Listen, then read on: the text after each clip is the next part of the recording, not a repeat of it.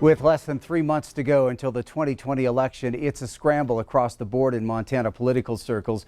Nearly all the top races this year are close, from the Senate to the governor to the House.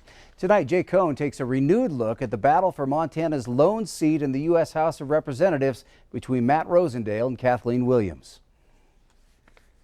Republicans have held Montana's congressional seat since 1994, a run of 26 straight years. This year, they're betting State Auditor Matt Rosendale is the candidate to keep that streak alive. I am very optimistic. I personally believe that the country is on the verge of a new renaissance for development of products and manufacturing that we're going to bring back to the country. Democrats are banking on former Bozeman state lawmaker Kathleen Williams to be the one to end the GOP's stranglehold on Montana's House seat. 2 years ago, Williams came within 5 points of upsetting Congressman Greg Gianforte. We've got to elect people that are going to be a strong, true, independent voice for Montanans and focus on results and not parroting party talking points and accusations and labels. Labels are lazy. And I'm not lazy.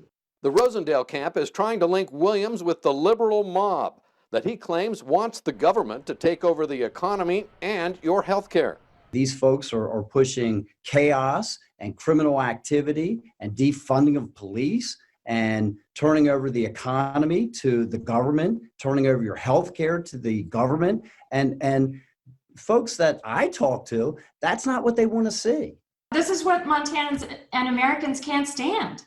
The hyperpartisanship, the nastiness.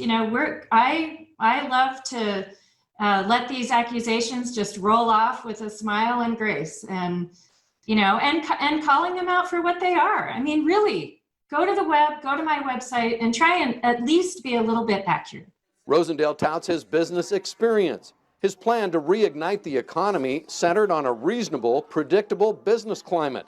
Step one, make the 2017 tax cuts permanent. We have the Tax Cuts and Jobs Act that was passed, and we need to make sure that all those provisions are made permanent. Because if we don't make those provisions permanent, not only are we basically going to be placing a tax increase on the people across the state of Montana, but also those businesses are going to experience tax increase as well. He also wants a balanced budget. So if you're going to encourage a $2 trillion increase in the debt, which is what those tax credits did, and gave 83% of the benefit to the top 1% of Americans, I don't consider that very equitable. On health care, another stark contrast. Rosendale favors repealing the Affordable Care Act. Williams wants quality, affordable health care for all. There are hundreds of thousands of Montanans that are dependent on the changes that were brought about by the Affordable Care Act. And if his plan is promoting these risky short-term insurance plans that are exempt from even COVID testing and treatment and from covering pre-existing conditions, that's not really a plan. My opponent, who has supported high taxation, overregulation, going to shut the economy down, turn your health care over to the government so that you have to have a conversation with someone in government before you can actually go and have some kind of a procedure done. This is not the way that people want to go. So far, this House race has taken a back seat to the governor and the Senate contest in Montana, but that's about to change. The Club for Growth, a conservative think tank, just made a $1 million ad buy for Rosendale. And with those spots soon to hit the airwaves, look for this race to make some noise, as both national parties see it as winnable. In Billings, I'm Jay Cohn reporting for MTN News.